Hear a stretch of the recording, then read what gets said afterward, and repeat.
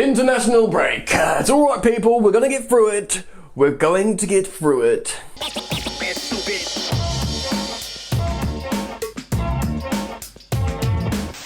Yo, what's happening, people? Welcome back to Football Therapy with me, your host Jan. I do hope you lot are all doing well today, mate. I really do hope that. Welcome back. Welcome to today's video. 4 months ago-ish, I did a video telling you about Frank Lampard's 3-year plan. His big plan. I was really hoping for a different dramatic word to come out my mouth there. When Frank Lampard was interviewed for the Chelsea job, he pitched a 3-year plan to Marina Granovskaya, Roman Abramovich, the interview people, what he intends on achieving each year for 3 years. How's that going? Where's he at? Where's he going next? Is it going to work? Updates. That's what I'm talking about today. I'm going to give you some insight of where we are, looking back retrospectively at what's happening. Hey, I like football, you like football, we all like football, so you should all check out the OneFootball app. Listen to me, if you haven't got it, you need it. It's completely free. It gives you all information that you could ever want for your club or national team, and of course it's the international break, so you know it's helpful for that. It gives you fixtures, lineups, statistics, other stuff, transfer news,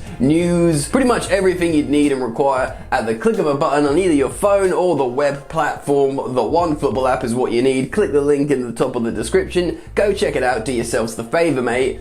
Alright then, let's get into it. So let's give you a little recap about what Frank Lampard said to the head honchos at Chelsea Football Club when he was pitching his idea to get the job, essentially. So like I said, it's the aforementioned 3-year plan, and of course we are in year 2. Sorry, I just thought of a funny Monty Python skit, the holy hand grenade, when you have to count to 3. One for the teenagers. Never mind, I'll move on. Yeah, we're in year 2. So the 3-year plan is, year 1 is basically navigate the transfer ban and finally try and implement some of the academy graduates to keep Roman Abramovich happy, to sort of help out the homegrown quota, and of course actually achieve something that season without the ability of bringing in players because of the aforementioned transfer ban. Now, in terms of the target for that season, it probably would have been some form of European football for Frank Lampard, like, you know, Europa League, and, you know, who knows, maybe, at a push, qualifying for the Champions League. If Frank Lampard's finished, say, like 8th and didn't get into the Europa League, I don't think he would have been sacked if he brought through the young players like he did and showed some sort of promise. But generally, I think they said to him, look mate, if you can get into Europe, you can help out your step 2 in the 2-year plan a lot more via finances. More on that year in a moment. But ultimately, if you can reach the holy grail of the Champions League qualification spots, we can assign to you decent amount of finances and really put our belief in you and in your 3-year plan. So the first year of the 3-year plan was complete. Frank Lampard reached the holy grail of European qualification, and of course that was the Champions League, so he got additional funds. The Chelsea hierarchy board were very, very impressed with Frank Lampard. Not only did he achieve what he set out to do in terms of bringing in the youngsters, integrating the youth, and navigating the ban, he basically ultimately overachieved, got into the Champions League, and they thought, you know what, I believe in this guy. His 3-year plan looks to be working. Let's invest heavily in Frank Lampard and believe he can do it. His 3-year plan as he enters year 2 of his 3-year plan. How many times can I say 3-year plan in this video? And of course, we've got evidence that Chelsea have heavily invested in Frank Lampard in what is seemingly their best ever transfer window in terms of incomings. Lampard pretty much got all of his priority targets and loads of superstars to boot. Now, when Frank Lampard was interviewing to get the job for Chelsea, he said, look, year 2 in the plan is to rebuild. He says, look, we know we've got a transfer ban year 1, we're going to bring in some youngsters, but this team is so far off Liverpool and Manchester City. Let's be real, let's look at the current footballing climate, what it takes to win, what it takes to be the best in English football in the Premier League at the moment.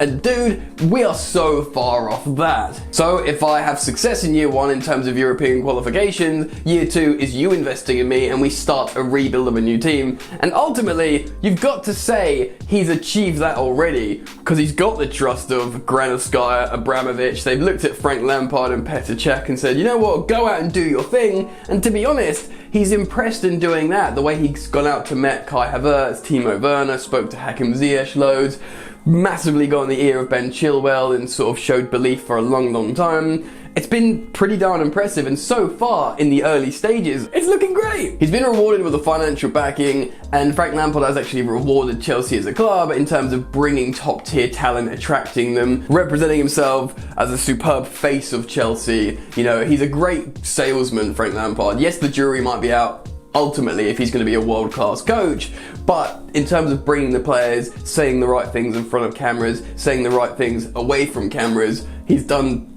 pretty darn immaculately so far. So this is year 2 of the 2-year plan. It's not win the Premier League, it's build the team and start to close the gap with a new identity, avec nouveaux joueurs, the new players, bringing them in, saying, look, you'll do this, we're going to play like this. Now I've been able to buy players, and that is year 2, structure a direction with investment via new players, and that's the year we're in now. Obviously the jury's out in terms of how this is going to work. Who knows, by the end of this Premier League campaign it could all collapse, no one fits in together, and ultimately it could be deemed a failure. But as things stand, new exciting players, all want to play for Lampard, all purchased for a relatively good value if you look at the market and what players Chelsea have actually got. And it's going well so far. So what was year 3 in Frank Lampard's sales pitch to the hierarchy at Chelsea? You know, year 1, integrate the youth, navigate the ban, hopefully qualify for Champions League football, ding, ding, ding, tick. Year 2, start building a Galactico team, tick, and hopefully they can gel together and develop some identity and expression of superb high quality, yet to be seen, but pretty promising. Year 3 was to challenge for the Premier League. Now, whether that's I feel obliged to win the Premier League, I'm not so sure. You know, did Jurgen Klopp, I don't think, was his 4th year he won the Premier League, or 5th? You gotta trust the process a certain amount. You can't just expect him to come in and win, especially how Pep Guardiola and Jurgen Klopp have just gone and changed the game in English football and Premier League. The requirement of points to win a title is just gone mad. But year 3 ultimately was challenge. Challenge for the title, challenge for trophies. Maybe he says, look, in year 2, if we've got the team by the end, maybe we could challenge for a cup. Of course, Chelsea are already out of the Carabao Cup this season, but certainly the 3rd year, that was his structured plan with Chelsea Football Club when he went into the interview, and so far it has all come to pass, which is incredibly promising. Of course, there's been ups and downs along the way, difficult situations, questions asked of Frank Lampard and his Chelsea Football Club. Understandably, he's a new coach of a new team, yet to gel. But the 3rd year, if things keep going well, if Chelsea remain in the top 4 this season but look better, close the gap. If the 30 point or 30 plus points gap that we had last season, if that goes down to like 10-ish maybe, then this season will probably be deemed a success. Maybe a great success. And next season he expects to challenge for the title. What if he doesn't? Well, that's far ahead and we can't really speculate too far in the future, but that's his plan. He says, by then I expect these players to have gelled a certain amount. They would have been with each other for a season. We will have more developed identity, hopefully ironed out the problems.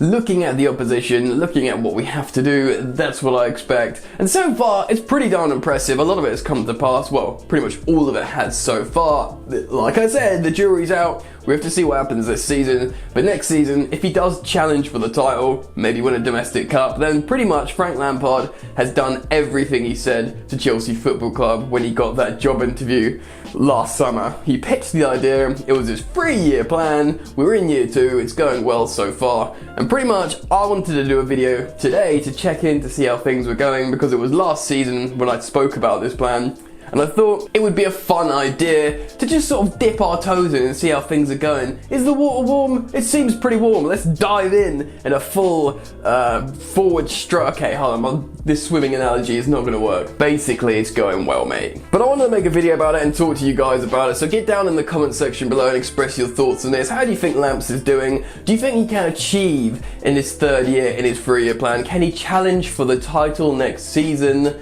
What do you think? Get down into the comment section below and express yourself, your thoughts, your feelings on this situation. I'll be down there reading them. If you want to support me, please do drop a like on this video, because it does mean a lot. It helps out a lot, man. And of course, subscribe to Football Therapy only if you want to, but if you choose to do so, hit that all-important bell notifications icon, as it will let you know when I upload, and you can be the first in to hear about news or match reactions, etc. So thank you all for subscribing and liking the video and showing your support on Football Therapy. It really means a lot, man. So other than that, enjoy the football, and I'll see you later. You ain't so tough with that bad boy tuck. I'ma get it how I'm living, I'ma walk the walk.